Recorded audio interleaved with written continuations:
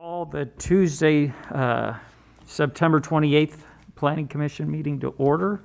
Is it? Yeah, I'm on. Good, Larry? Yep. We'll call the meeting to order. We'll all rise for the Pledge of Allegiance. Ready? I pledge allegiance To the flag of the United States of America and to the republic for which it stands, one nation, under God, indivisible, with liberty and justice for all. Changes to the agenda? No, Chairman. Roll call, please. Chairman Saylor, Here. Vice Chairman Jacobs, Commissioner Helmer, Here. Commissioner Garza, Here. Commissioner Pruitt. Okay.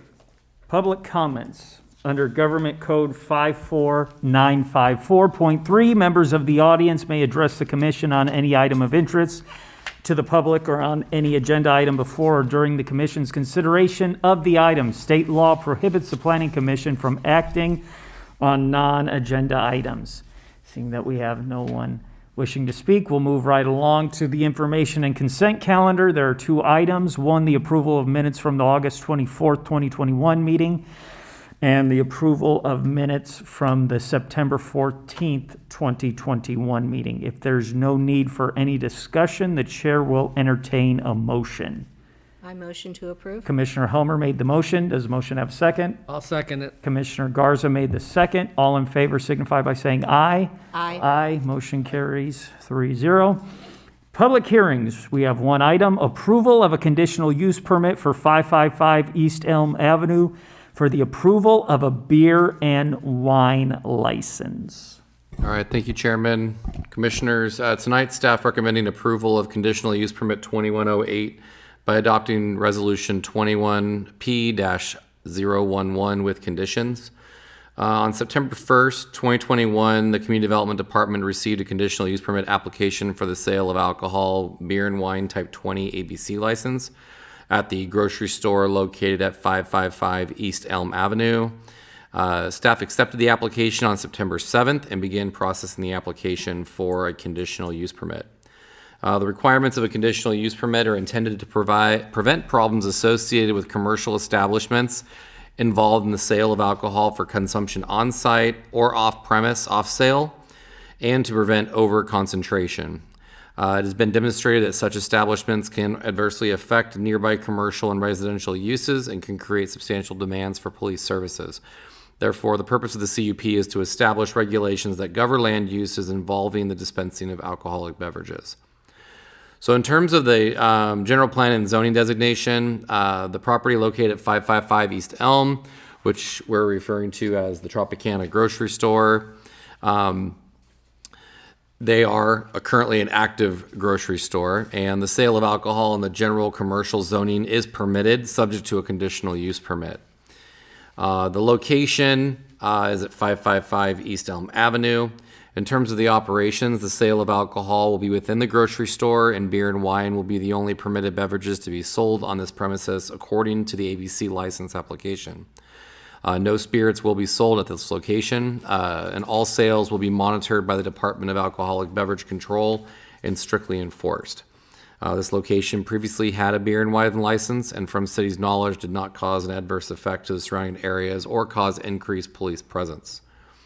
Since this permit will be for a grocery store and not a bar or other establishment that may host special events, it's not anticipated that there will be any need for additional security and noise attenuation. So hours of operation will be limited to those of the grocery store, and conditions will ensure that there is lighting satisfactory to the police department to enhance security if needed. In terms of surrounding uses, to the north we have residential, to the south and east are both commercial type uses, and to the west we have residential uses as well.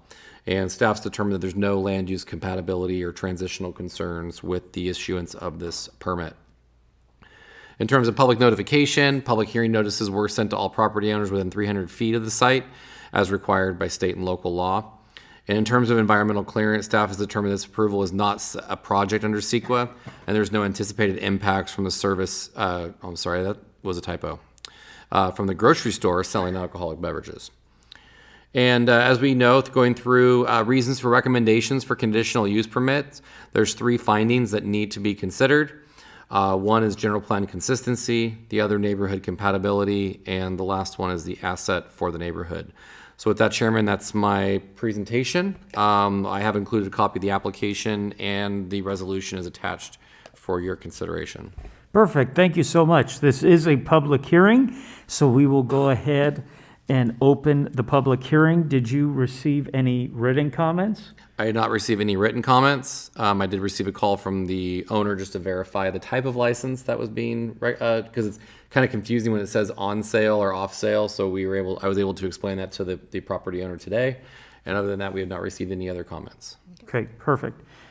Commissioner Helmer, do you have any That was questions? my question. Okay, I have no questions. no questions? All righty. We will go ahead and close the public hearing. And if there is, you know what, I did have one question. This location previously had a beer and wine license. Was that when it was R&N? I think so. That was my understanding that they had So one there before. Tropicana just hasn't had one. Yes, usually typically those licenses will carry with the actual applicant. So if that grocery store closes, they would have to, because it's not a liquor license where you have to where there's only so many sometimes that the counties issue. The beer and wine licenses are pretty much for grocery stores. Those types of things are common theme, especially because it's a very small percentage of the overall goods that they sell. So it's not as much concern, but they typically have to apply for their own. Okay, Yeah. perfect. So with the public hearing being closed, if there is no need for any further discussion, the chair will entertain a motion. I motion to approve. Commissioner Helmer made the motion to approve. Does it have a second? I'll second it. Commissioner Garza made the second. Roll call, please. Commissioner Helmer, Aye. Commissioner Garza, Aye. Chairman Saylor. Aye. Motion carries 3-0. Discussion and/or potential action items. I do have a discussion item for our next meeting, whenever that is. With the governor recently signing into law that pretty much bans single-family zoning, most single-family zoning.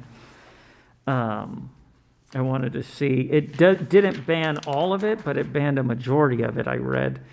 I wanted to see if it just automatically is banned, or if the city had to update their zoning code, and if there are any ways personally around it. I mean, Yeah, I'll look into that. I haven't really heard anything about restricting single-family zoning regulations, so yeah, okay. Thank you. no problem. Department reports. I have none tonight. Perfect. Staff announcements? None. Commissioner announcements? None. Okay, the chair does not have announcements either, so with that, meeting adjourned.